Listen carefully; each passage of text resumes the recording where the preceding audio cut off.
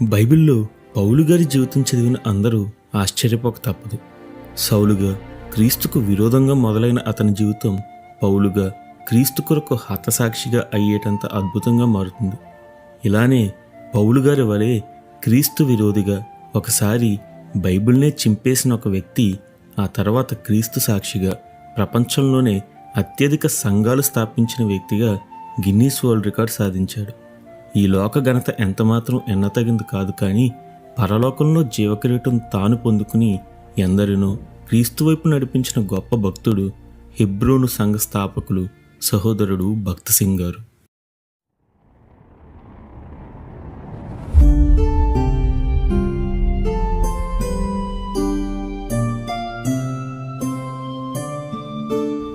భక్త్ సింగ్ గారు 1903 జూన్ 6వ తేదీన పంజాబ్లో లాహోర్లో జన్మించారు.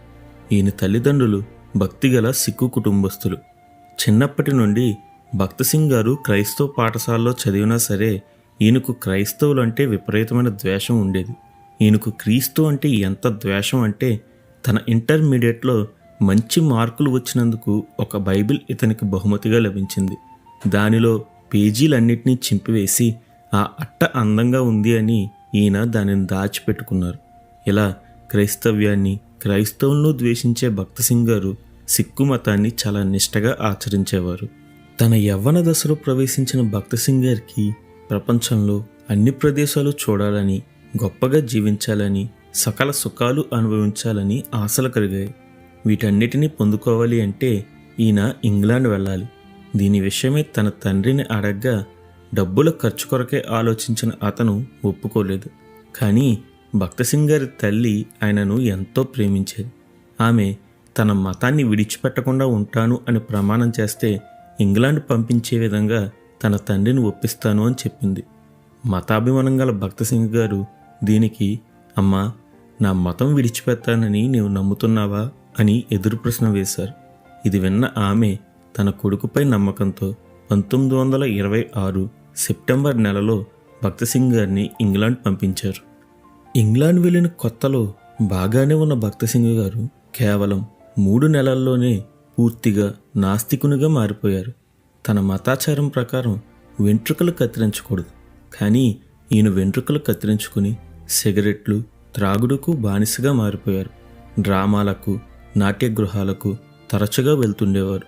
తాను సిగరెట్లు ఉంచుకునే బంగారు పెట్టెను గర్వంగా అందరికీ చూపేవారు. ఇలా ఇంతలా పాపంలో మునిగిపోయిన ఈయనకు శాంతి, సంతోషం మాత్రం లేదు. ఇండియాలో సాధారణ జీవితం జీవిస్తున్నప్పుడు ఇంగ్లాండ్లో సుఖ సంతోషాలు ఉంటాయి అనుకున్న ఈయనకు ఈ గురిలేని జీవితం ఇంకా నిరాశను నింపింది. ఇదిలా ఉండగా 1928 సంవత్సరం తన స్నేహితులతో ఈయన కెనడాకు ఒక ఓడలో వెళ్ళుటకు అవకాశం లభించింది. ఇదే సమయంలో 1928 ఆగస్టు 10న ఓడలో మొదటి తరగతిలో దైవారాధన జరుగుతుండటంతో ఓడలో అందరికీ అక్కడకు ఆహ్వానం లభించింది. ఓడలో మొదటి తరగతి చాలా బాగుంటుంది అని విన్న భక్త్ సింగ్ గారు తన స్నేహితులతో కలిసి ఆ దైవారాధనకు వెళ్ళారు. పాస్టర్ గారు ప్రసంగం చేసే సమయంలో ఈయన నిద్రపోయారు. ప్రార్థించే సమయంలో అందరూ మోకరించడంతో తెలివి వచ్చి బయటకు వెళ్ళిపోదాం అనుకున్నారు. కానీ తన పక్కన అందరూ మోకరించడంతో వీలు పడక అక్కడే కూర్చుని ఉన్నారు. అయితే తాను ఎక్కడికి వెళ్ళినా వారి ఆచారాలను గౌరవించే భక్త్ సింగ్ గారు ఇక్కడ కూడా వీరి ఆచారాన్ని గౌరవించాలి అని గర్వాన్ని, ద్వేషాన్ని విడిచి మోకరించారు. వెంటనే పరిశుద్ధాత్మ శక్తిని పొందుకుని, యేసు ప్రభువా, నీవే సజీవుడైన క్రీస్తు అని నమ్ముచున్నాను అని చెప్పడం మొదలుపెట్టారు. తాను బహుగా ద్వేషించే క్రీస్తు నామాన్ని చెప్పకుండా ఉండటం ఈయన వల్ల కాలేదు. యేసుక్రీస్తుపై చెప్పలేనంత ప్రేమ ఈయనకు కలిగింది. చెప్పనా సఖ్యము, మహిమాయుక్తమైన సంతోషం ఈయన హృదయాన్ని ఆవరించింది. ఇలా ఆ క్షణం నుంచి ఆయన జీవితంలో రక్షణ కార్యం ప్రారంభమైంది. అప్పటి వరకు భక్త్ సింగ్ గారికి యేసుక్రీస్తు గురించి కనీస పరిజ్ఞానం కూడా లేదు. కానీ ఆ క్షణం నుండి యేసుక్రీస్తు గురించి తెలుసుకోకుండా ఉంటే ప్రాణం పోతుంది అన్నంత ఆసక్తి అతనికి కలిగింది. తాను పొందుకున్న ఈ అనుభవం గురించి బయటకు చెప్పడానికి భక్త్ సింగ్ గారికి ధైర్యం సరిపోలేదు. కానీ క్రమంగా చర్చికి వెళ్ళి మోకరించి ప్రార్థించేవారు. ఇదే సమయంలో ఆయనకు ఉన్న వ్యసనాలన్నీ వదిలేశారు. ఇలా చెయ్యమని ఆయనకు ఎవ్వరూ చెప్పలేదు. కానీ తాను పొందుకున్న ఈ ఆనందం ఇక వాటిపై కోరిక లేకుండా చేసింది. ఇదిలా ఉండగా మరలా 1929 సంవత్సరంలో తిరిగి ఈయన కెనడా వెళ్ళవలసి వచ్చింది. అప్పుడు తన స్నేహితుణ్ణి తనకొక బైబిల్ ఇవ్వమని అడిగారు. భక్త సింగ్ గారు బైబిల్ అడగడం చూసిన ఆ వ్యక్తి, భారతీయులు బైబిల్ ఇష్టపడరు అని విన్నాను, నువ్వు దాన్ని చదువుతావా అని ప్రశ్నించాడు. దానికి ఈయన, ఒకసారి ఆ గ్రంథాన్ని నేనే చింపేశాను, కానీ ఇప్పుడు క్రీస్తు లేకుండా నేను బ్రతకలేను, ఆయన గురించి ఇంకా తెలుసుకోవాలనుంది అని చెప్పారు. అప్పుడు ఆ స్నేహితుడు భక్త సింగ్ గారికి ఒక కొత్త నిబంధన గ్రంథాన్ని ఇచ్చారు. దానిని చదువుతుండగా యోహాను 3:3లో నిశ్చయముగా నీతో చెప్పుచున్నాను అనే మాట ఇతని హృదయాన్ని తాకి, తాను చేసిన పాపాలన్నీ జ్ఞాపకంకు వచ్చి ఆ పాపాల విషయమై దేవుని సన్నిధిలో పశ్చాత్తాపడ్డారు. ఆ తర్వాత గొప్ప శాంతి, తేలికైన హృదయం అతనికి లభించింది. ఇదిలా ఉండగా క్రిస్మస్ సమయంలో ఒక స్నేహితుడు భక్త సింగ్ గారికి ఏ బహుమతి కావాలి అని అడిగారు. తన వద్ద డబ్బులు లేనందున వారికి తిరిగి బహుమతి ఇవ్వలేను అని చెప్పి ఏ బహుమతి వద్దని చెప్పారు. కానీ అతడు పట్టుపట్టడంతో నాకు ఒక బైబిల్ కావాలి అని చెప్పాడు. అప్పుడు అతను భక్త సింగ్ గారికి ఒక కొత్త బైబిల్ కొనిచ్చారు.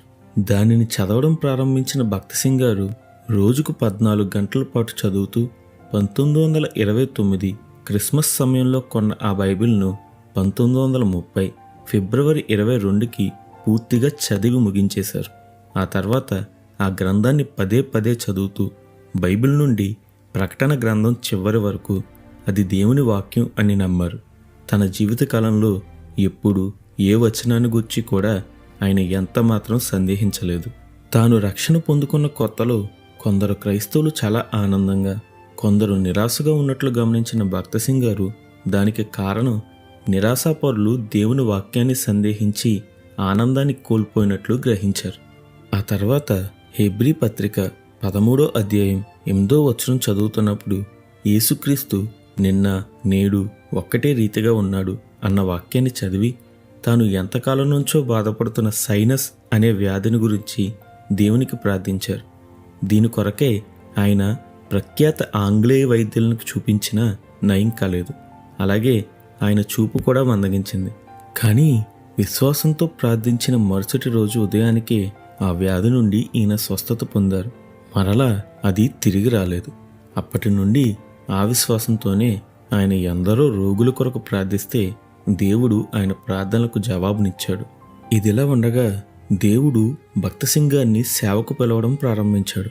దీనికైన, దేవా, నేను ఇండియాలో ఇంజనీర్గా పనిచేసి ఆ డబ్బులను నీకే ఇస్తాను అని చెప్పగా దేవుడు, నాకు నీ డబ్బు కాదు, నీవే కావాలి అని చెప్పారు. ఆ మాటకు లోబడి ఆయన దేవుని సేవకే తను తాను సమర్పించుకున్నారు. దేవుడు భక్త సింగ్ గారిని తన ఆస్తిపై హక్కును వదులుకోమని, తన అవసరాలను ఎవ్వరితోనూ చెప్పకూడదని సెలవయ్యగా తన జీవితకాలంలో కేవలం దేవునిపై విశ్వాసం ద్వారానే భక్త సింగ్ గారు జీవించారు. కానీ ఎప్పుడు నోరు తెరచి ఎవ్వరినీ ఏమీ అడగలేదు. ఆ తర్వాత తన రక్షణ గురించి భక్త సింగ్ గారు తన తండ్రికి లేఖ రాశారు. అప్పుడు 1933 ఏప్రిల్ 6న భారతదేశానికి వచ్చిన ఈయనను ముంబైలోనే కలుసుకున్న ఇతని తల్లిదండ్రులు క్రైస్తవ్యాన్ని విడిచిపెట్టమని ఎంతగానో బతిమాలి ఈయన ఒప్పుకోకపోతే తమ ఇంటికి రావద్దు అని అక్కడే విడిచిపెట్టి వెళ్ళిపోయారు. క్రీస్తును నమ్ముకున్నందుకు భక్త సింగ్ గారి బంధువులు, సహోదరులు అందరూ ఈయనను ఎంతగానో దూషించారు. అలాగే ఈయనను విడిచిపెట్టేశారు. కానీ దేవుడు మాత్రం భక్త సింగ్ గారిని విడిచిపెట్టలేదు. ఆ తర్వాత కాలంలో భక్త సింగ్ గారి ప్రార్థన తన తండ్రిని, తల్లిని, ఆయన సహోదరులందరినీ రక్షణలోకి నడిపించింది. ఈయన కుటుంబంలో అందరూ క్రీస్తును తన సొంత రక్షకునిగా అంగీకరించారు. భక్త సింగ్ గారు నిరంతరం ప్రార్థిస్తూనే ఉండేవారు.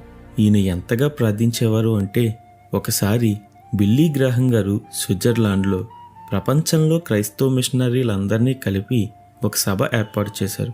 ఇది 4 రోజుల సభ. దీనికి వెళ్ళిన భక్త సింగ్ గారికి నలుగురితో కలిపి ఒక రూమ్ ఇచ్చారు. అక్కడ భక్త సింగ్ గారు ప్రార్థనకై మోకరించి రాత్రంతా ప్రార్థిస్తూనే ఉండేవారు. ఇది చూసిన మిగిలిన 3 వ్యక్తులు ఆయనను గమనించి ఆయన రాత్రంతా నిద్రించకుండా ప్రార్థనలో ఉండడం చూసి, మీరు విశ్రాంతి తీసుకోరా అని అడిగితే, దానికి భక్త సింగ్ గారు, నా విశ్రాంతి పరలోకంలోనే ఉంది అని చెప్పారు. ఇలా భక్త సింగ్ గారు అవిరామంగా ప్రార్థిస్తూనే ఉండేవారు. ఈయన ప్రార్థన ఎంత శక్తిగలది అంటే, ఒకసారి ఇంగ్లాండ్ వెళ్ళవలసిన భక్త సింగ్ గారు ఫ్లైట్ మిస్ అయ్యారు. దీని తర్వాత 2 రోజులకే ఇంకో ఫ్లైట్ ఉంది. అయితే అక్కడికి తప్పక వెళ్ళాలి అని నిశ్చయించుకున్న భక్త సింగ్ గారు ఆ ఎయిర్పోర్ట్లోనే మోకరించి ఆ ఫ్లైట్ తిరిగి వెనక్కి రావాలి అని ప్రార్థించడం మొదలుపెట్టారు. చుట్టూ ఉన్నవారు అతనిది మూర్ఖత్వం అని అనుకున్నారు. ఎందుకంటే ఒక్కసారి టేకాఫ్ అయిన ఫ్లైట్ ఎట్టి పరిస్థితుల్లోనూ వెనక్కి తిరిగి రాదు. కానీ ఆ రోజు వెనక్కి వచ్చింది. ఆ ఫ్లైట్లో ఇంగ్లాండ్ రాజవంశస్థురాలు ఒకరు తన ఖరీదైన ఉంగరం వాష్రూంలో వదిలి వచ్చేసింది. ఆమె కోసం ఫ్లైట్ వెనక్కి వచ్చింది. ఇలా భక్త సింగ్ గారి ప్రార్థనకు జవాబుగా దేవుడు ఆ ఫ్లైట్ని వెనక్కి తెప్పించారు. అప్పుడు దానిలో భక్త సింగ్ గారు ఇంగ్లాండ్ వెళ్ళారు. భక్త సింగ్ గారు హిందీ, ఇంగ్లీష్, పంజాబ్, ఉర్దూ భాషల్లో బోధించేవారు. India, Pakistan, Sri Lanka, Australia, America దేశాలలో ఈయన 10,000కు పైగా సంఘాలు స్థాపించి గిన్నీస్ బుక్లో అత్యధిక సంఘాలు స్థాపించిన వ్యక్తిగా పేరు పొందారు. కేవలం విశ్వాసం ద్వారా ఎన్నో కోట్ల రూపాయలతో సంఘాలు స్థాపించిన ఈయన ₹1 కూడా తన కొరకు దాచి ఉంచుకోలేదు. ఇలా అవిరామంగా దేవుని పరిచర్యలో కొనసాగిన భక్త సింగ్ గారు 2000 సంవత్సరం సెప్టెంబర్ 17న ప్రభువు దగ్గరకు కొనుపోబడ్డారు. తన జీవితంలో ఎంతో గొప్ప దేవుని సేవ చేసిన భక్త సింగ్ గారు మోకాళ్ళ ప్రార్థన, బైబిల్ పఠనమే తన పరిచర్య రహస్యం అని చెప్పుకొచ్చారు. అవును కదా, మన దేవుడు తన మీద విశ్వాసంతో ఎవరైనా ప్రార్థన చేస్తే వారి కోసం అద్భుతాలు చేస్తాడు. ఇంత గొప్ప దేవుని కలిగి ఉన్న మనం ఎంతైనా ధన్యులు. యేసుక్రీస్తు నామానికి నిత్యం మహిమ కలుగునుగాక. ఆమెన్.